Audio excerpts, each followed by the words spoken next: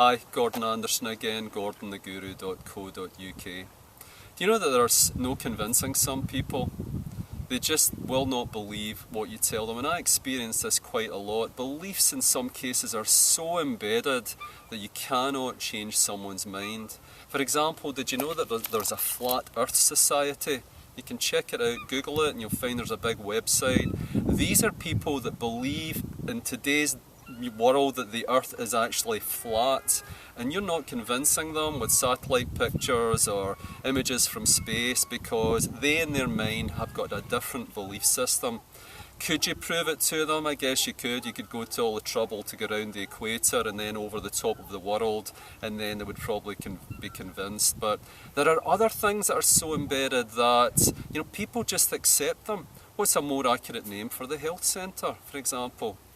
It's the sick centre. It's the exact opposite of what we call it. What's a more accurate name for life insurance? That's right. And when does it kick in? Well, usually somebody has to check out and make the transition, and who's the beneficiary? So there are a lot of things that we just accept and believe. Have you ever been told that your BMI, your body mass index, is in the wrong end of the scale? You're either overweight or you're underweight. Well, do you know that you could be an Olympic athlete, really tall, quite lean, slender, and play for a basketball team? You could be 7 feet tall and they'd say you're underweight. Or you could be 5 feet 4, 14 stone and an Olympic wrestler, and they'd say you're overweight.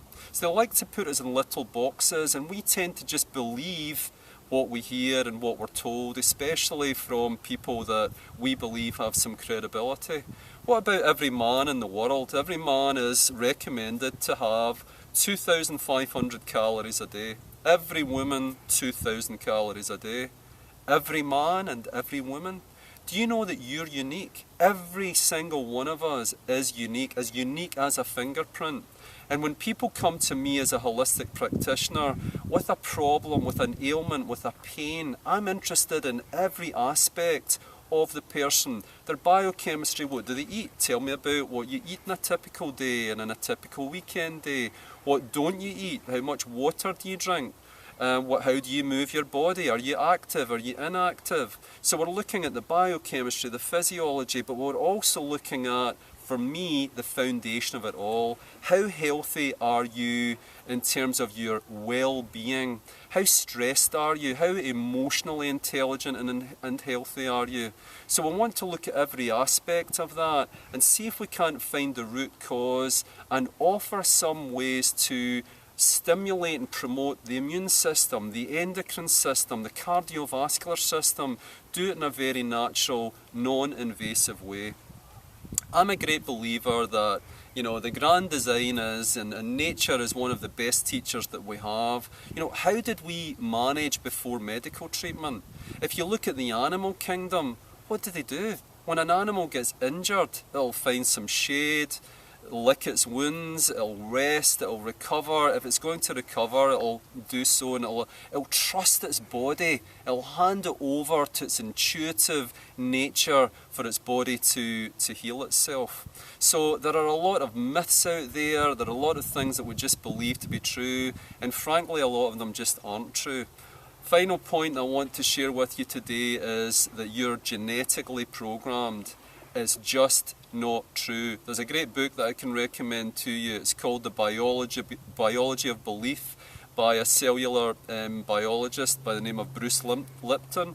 And he discovered years ago that there's something known as epigenetics, which really means above the genes.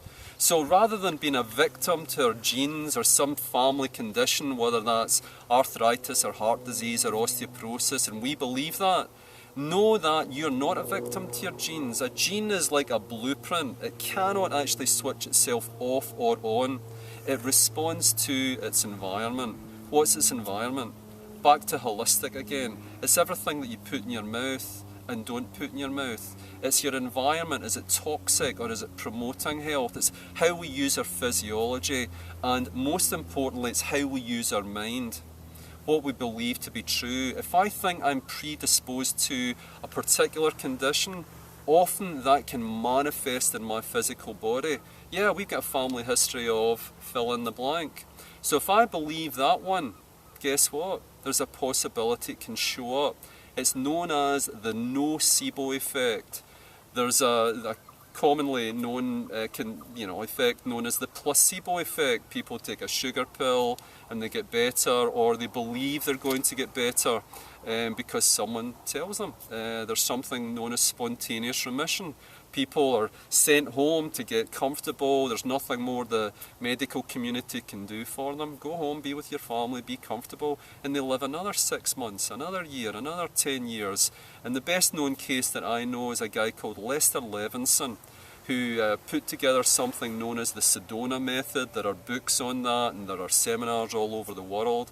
And he was sent home to die age 42, and he lived another 42 years. He actually died when he was 84 years old. And he came up with a technique that he called the Sedona method. And I use this technique amongst many others that I offer my clients.